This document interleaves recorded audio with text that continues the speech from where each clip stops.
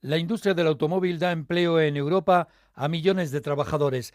Durante décadas, las multinacionales continentales de las cuatro ruedas eran la vanguardia tecnológica, el escudo industrial del PIB, de un mercado laboral de mejor calidad, un ejemplo de relaciones laborales e incluso, por su alto valor añadido, una garantía del estado de bienestar europeo. Pero como los coches, la tecnología se mueve y avanza. Ahí está todo el lío con los coches eléctricos y la fuerte competencia china. La transición ecológica tiene ganadores, pero también tiene perdedores. Y el sector del automóvil europeo lleva muchas papeletas para estar en este lugar, el de los perdedores. Grandes multinacionales han advertido de recortes en sus previsiones de ventas y de beneficios. También han anunciado expedientes de empleo. El primer reflejo lo han tenido en bolsa, con pérdidas de unos 60.000 millones de euros en lo que va de año. Y España cuenta con numerosas fábricas del automóvil, pero con ninguna marca propia, con lo cual la industria del automóvil española, su empleo y su red comercial dependen de lo que se decida a miles de kilómetros de aquí.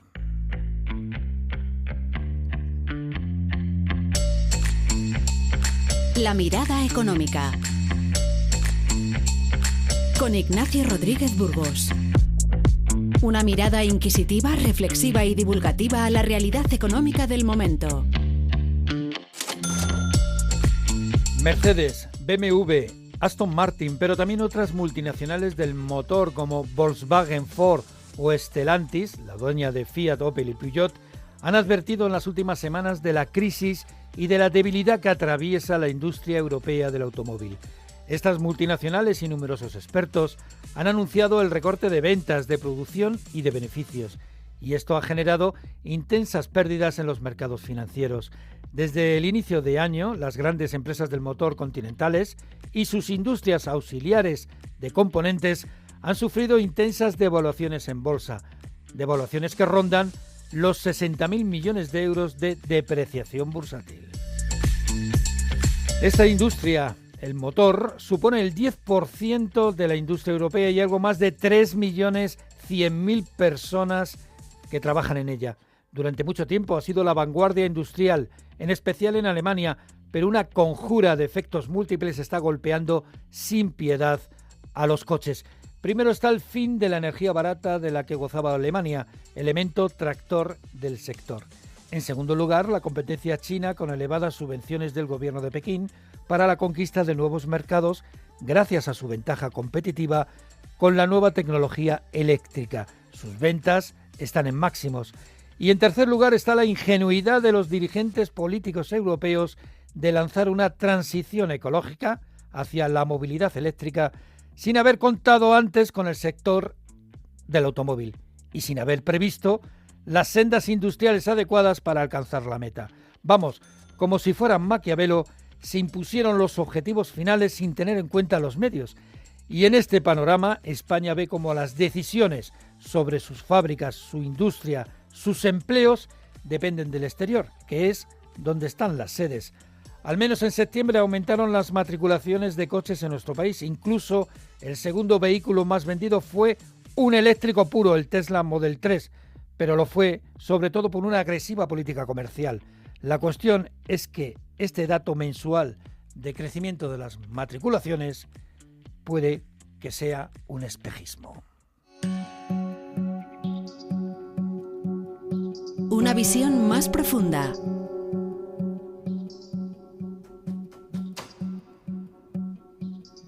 Marta Blázquez, presidenta de Faconauto, la Asociación de Concesionarios Oficiales de Vehículos. Muy buenas, saludos, gracias por estar con nosotros en la mirada económica de Onda Cero.es.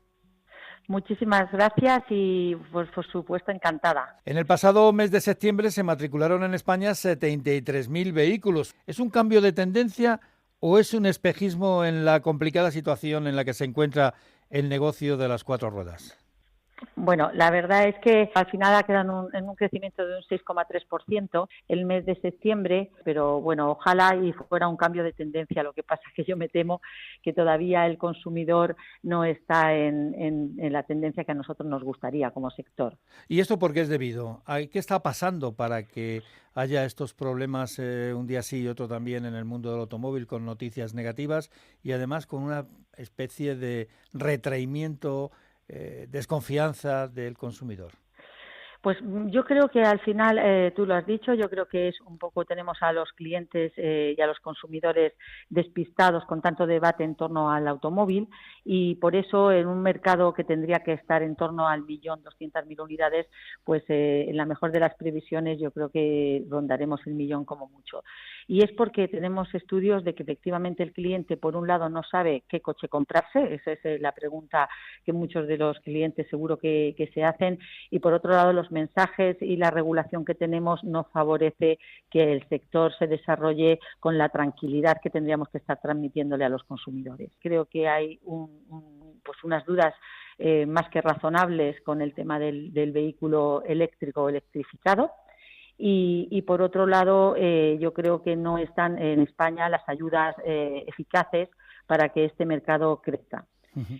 Es verdad que en esta transición energética que Europa se plantea y donde cada país marca unos objetivos muy importantes, el único sector que está penalizado y que tiene multas es el sector del automóvil si no cumple con los objetivos de emisiones fijados en Europa. Si nosotros no acaban las medias de todos los coches que se vendan por debajo de los 116 gramos este año y el año que viene con 95, cada marca tiene que sufrir unas multas millonarias. ¿Y eso qué pasa? Que se puede conseguir con dos efectos: o incrementando la cuota de mercado de los productos electrificados, que en la media bajarían porque son cero emisiones, pero si no se consigue que espabile y se dinamice ese mercado, lo que pasa es que las marcas se ven obligadas a no vender más coches del resto de energías, de combustión, con lo cual, para no sufrir las multas, con lo cual es una tormenta perfecta donde ni está tirando la electrificación ni pueden tirar el resto de energías a los clientes, pues porque no se les ponen las condiciones suficientes para eso, para no asumir estas multas millonarias que decía. Bueno, estamos hablando de multas de más de 15.000 millones de euros y además la sensación es que no solamente son las multas, es que por primera vez unos gobernantes están estableciendo normas que en la práctica están recortando la producción de un sector industrial clave en la Unión Europea. Lo que pasa es que tensionas toda la cadena de valor. Por un lado, los fabricantes, lógicamente, tienen que adaptar su fabricación al cumplimiento de estos objetivos. Como no se consiguen, se tensa también en la cadena a los concesionarios, porque tienen que asumir en sus stock coches que no son demandados, que son los electrificados por el mercado. Y a la postre también se tensiona al cliente, que al final, de alguna manera, le puede llegar vía precio toda esta tensión en el precio final. Es decir, es una situación en la que tendríamos que estar saliendo inmediatamente de ella y al final, como tú decías, está en manos de los políticos europeos y nacionales el desatascar este nudo que tenemos de mercado. Y además está la competencia exterior, claro, la competencia china, con sus eléctricos más baratos subvencionados por el gobierno de Pekín. Nosotros hemos puesto encima de la mesa las medidas que claramente empujarían al cliente a tener la tranquilidad de poder comprarse un coche electrificado. La primera de ellas son ayudas en el momento de la compra. Hasta 7.000 euros que hay que cubrirían ese gap entre un coche de combustión y un coche electrificado no es tan mal en cuanto a la cuantía, pero sí en su tramitación. El cliente no lo recibe cuando se compra el coche, tiene que adelantar esos 7.000 euros y encima esperar un año y medio. Eso es la primera de las medidas que nosotros creemos que tiene que ser inmediata. En segundo lugar, las medidas fiscales no se han abordado en España con el mismo impulso que en otros países de Europa, por eso no estamos en las cifras que tienen otros países donde han sido fiscalmente bonificados estos coches. Nosotros creemos que primero la empresa, por ejemplo, si cambia su flota y la electrifica, tendría que tener una subvención o una bonificación en sus impuestos fiscales, no están. Nosotros creemos también que el IVA, que ha sido bonificado en países como Noruega, debería de poder bonificarse en España. Es decir, nosotros creemos que la fiscalidad es una de las palancas fundamentales para conseguir impulsar el mercado de electrificación. Y en tercer punto, que también nos parece fundamental, es el despliegue y el mapa de puntos de recarga, para darle tranquilidad a un cliente de que no se preocupe, que nunca se va a quedar tirado con su coche eléctrico. Que esa es una de los problemas también que tenemos en nuestro país, que con todo el mundo dice que faltan miles y miles de puestos y de puntos de recarga. Es que, Ignacio, además de que en su número, en la cantidad, faltan puntos de recarga, pero sobre todo un cliente tendría que tener un mapa único donde existieran todos los puntos de recarga, estuvieran ahí, donde los pudieran reservar, de tal manera que si ellos hacen una parada en X punto kilométrico, saben que les está esperando el punto a la hora que ellos han elegido, y que cuando termine de cargar su coche pueda pagarlo con una tarjeta de crédito. Hoy en España no es así. Hoy hay 20 aplicaciones, cada una de una empresa, te la tienes que descargar, meter tus datos personales, tu tarjeta de crédito, es decir, es complicarle una vez más al cliente para no poder quitarle la duda de comprarse un coche eléctrico. Ya para terminar, Marta Blázquez, presidenta de Faconauto, vemos que como en los últimos días grandes compañías multinacionales del sector del automóvil, Volkswagen, Stellantis, Ford, prácticamente todas las empresas han presentado unas recortes de actividad, recortes en los resultados, en las ventas, en la producción o también en el empleo. Al final, la Unión Europea se va a ver en la obligación de cambiar su estrategia en lo que es la transición ecológica ante la evidencia de que estamos hablando de un sector que supone el 10% del trabajo industrial y da empleo a 3 millones de personas. Lo que tienen que hacer efectivamente la Unión Europea ahora que empieza una nueva andadura y también en España es tener claro que es un sector industrial, comercial y que genera muchísimo empleo y que necesita un impulso y necesita un apoyo decidido para poder resolverse tranquilamente y poder seguir teniendo estas inversiones tan fuertes que hace el sector del automóvil. Nosotros, que por eso, si leéis el informe Draghi, nosotros lo celebramos muchísimo porque habla que hay que apoyar la industria en general, pero el sector del automóvil también, que hay que inyectar economía, que hay que inyectar medidas económicas para poder saltar de esta transición lo más pronto posible. Y nosotros también aquí abogamos a que ahora Europa adelante las revisiones que tenía que hacer para ver si somos capaces de cumplir estos objetivos en 2035 del 26 al año que viene, para poder establecer una transición justa y ordenada en la que pueda por un lado, ir consiguiéndose los objetivos medioambientales, por supuesto, pero sin poner en riesgo toda una joya de la corona de la economía española y europea, que es el sector del automóvil, fundamentalmente en el empleo que genera y en la riqueza en cada punto que hay un concesionario o hay una industria se potencia. Pues Marta Blázquez, presidenta de Faconauto, gracias por estar con nosotros en la mirada económica de Onda Cero.es. Muchísimas gracias y muchísimas gracias a todos los oyentes y por el programa tan fantástico. La mirada económica. Oriente Medio flota sobre las mayores reservas de petróleo del mundo y sobre la mayor concentración de violencia del planeta. No es cosa de hoy día. Los enfrentamientos llevan décadas, pero cada vez hay más frentes abiertos y más participantes. Israel e Irán mantienen un conflicto desde hace años que se une al árabe israelí y palestino tradicional. Irán golpea a Israel a través de sus filiales, como Hamas o Hezbollah. Israel destruye Gaza, bombardea el Líbano y descabeza a Hezbollah. Teherán lanza misiles y todo se encrespa en una espiral interminable de golpe y contragolpe con un cielo lleno de misiles. El petróleo se ha ido encareciendo ante el miedo a una interrupción de suministros. El crudo ha subido con fuerza, pero partía también, es verdad, de cotas muy bajas. El ministro de Economía, Carlos Cuerpo, reconoce que están pendientes de lo que ocurre con el crudo. Aquí estamos, por lo tanto, muy vigilantes y a la espera de ver o intentando también que no haya una escalada adicional, porque lo que tendríamos es un impacto real a una situación ya de muy elevada incertidumbre. Una subida del precio del petróleo puede provocar un incremento del coste del transporte y, por lo tanto, por inducción, pues un encarecimiento de muchos productos, en especial alimentos importados.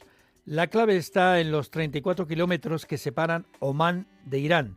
Es decir, la clave está en el estrecho de Hormuz, en que el régimen de los ayatolás no cierre esta vía marítima. Por aquí pasa una cuarta parte del petróleo mundial.